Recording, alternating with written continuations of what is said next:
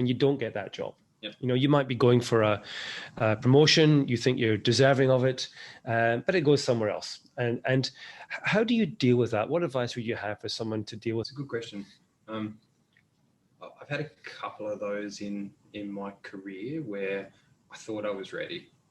And I'm someone who pushes myself pretty hard, and I'll be like, okay, well, I'm going to go for it even if I'm not ready, but I'll back myself to get there.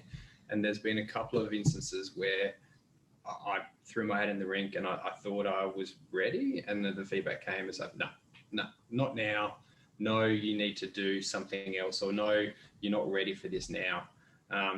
There was one, when I was in Singapore, actually, before I moved to New Zealand, I wanted to take the country manager role for Malaysia, because I wanted to take a GM role. I wanted to stay in Asia, and I thought, perfect, I'm ready. My network is backing me for it. I'm there.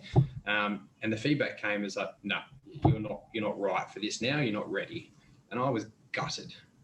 I remember I flew back from Malaysia back to Singapore, and it's a short flight, but I was seething. I was like, how dare they? Like, I'm absolutely ready. I can do this with my eyes closed. Who do you think you are? And then I sat on it for a week, and then I reached back out to the regional VP and said, okay, well, tell me why. Why do you think I'm not ready? What have I not demonstrated to give you the confidence that I could do the job? And through that conversation, he mapped out a couple of unknown gaps for me in my leadership style that then helped me build a plan to close it. Yeah. So by having that follow-up conversation, I thought was really valuable for me, because it was less around, okay, well, Jesus, they've written me off, I'm not ready. It's okay, well, tell me why you think I'm not ready. And then I put it in my development plan of, okay, well, I have to be able to demonstrate that I can lead large teams, because in my role in Singapore, I had 180 stakeholders and no direct reports. And the regional VP had only ever seen me in that role, never in previous roles where I've led smaller teams before. So I had to be able to then find a way that I can demonstrate to him and the regional leadership team that I could lead large teams.